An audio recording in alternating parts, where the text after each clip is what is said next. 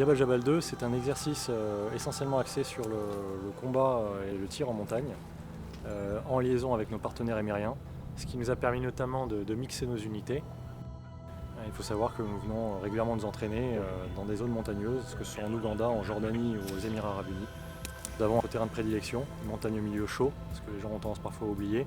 On focalise souvent sur le grand froid. On a deux types de massifs ici. Il y en a un qui me rappelle énormément ce qu'on a pu connaître en Afghanistan, avec une approche très similaire sur le plan tactique.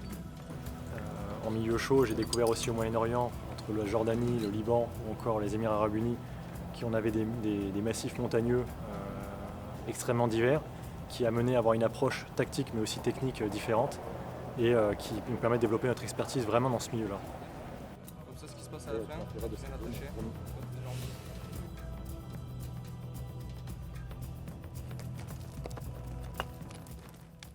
C'est une énorme plus-value dans le cadre de la prise de l'alerte guépard, puisque nous avons une compagnie, la 4e compagnie, qui va prendre cette alerte donc en décembre et janvier prochain, qui est actuellement présente ici, et qui va avoir la capacité d'être uniquement dévolue à son entraînement opérationnel au niveau compagnie, niveau 5, avec des moyens interarmes et dans notre terrain de prédilection. Alerte NU air, orientée vers le milieu notamment de montagne, on ne pouvait pas rêver mieux comme préparation opérationnelle.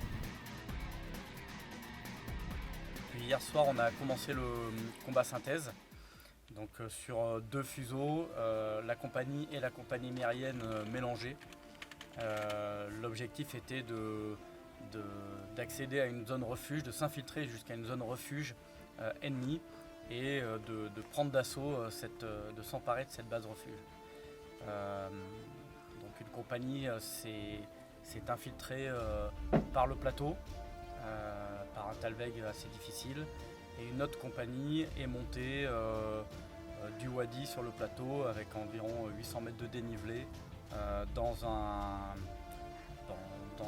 wadi où pas vraiment de sentier en fait, un sentier assez technique. Au petit matin, nous sommes arrivés donc sur nos positions pour monter à l'assaut de la zone refuge.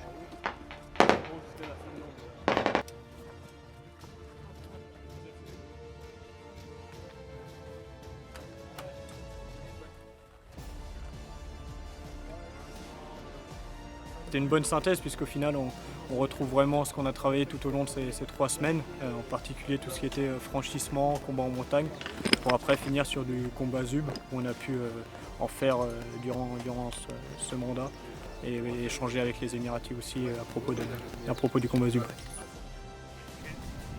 Cette 4e compagnie était engagée il y a un an aussi également en Norvège, donc là spécifiquement dans le combat grand froid, milieu montagneux également. Donc oui, on est dans les conditions optimum pour la prise de l'alerte. Ce qui nous a permis notamment de mixer nos unités.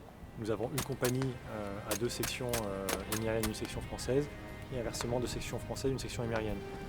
Et les premiers partenariats menés à plus petite échelle avec les Français ont tout de suite fait mouche, d'où la volonté d'emblée de passer à un stade supérieur qui était engager le volume d'une compagnie et d'un CO pour travailler en commun. 2 objectifs pour eux.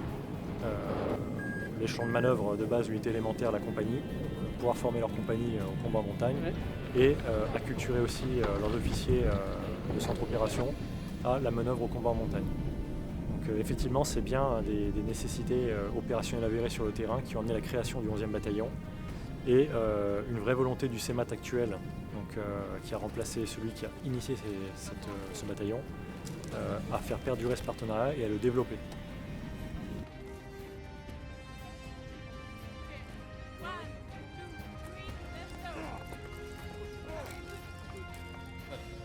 Je vous pense à toutes.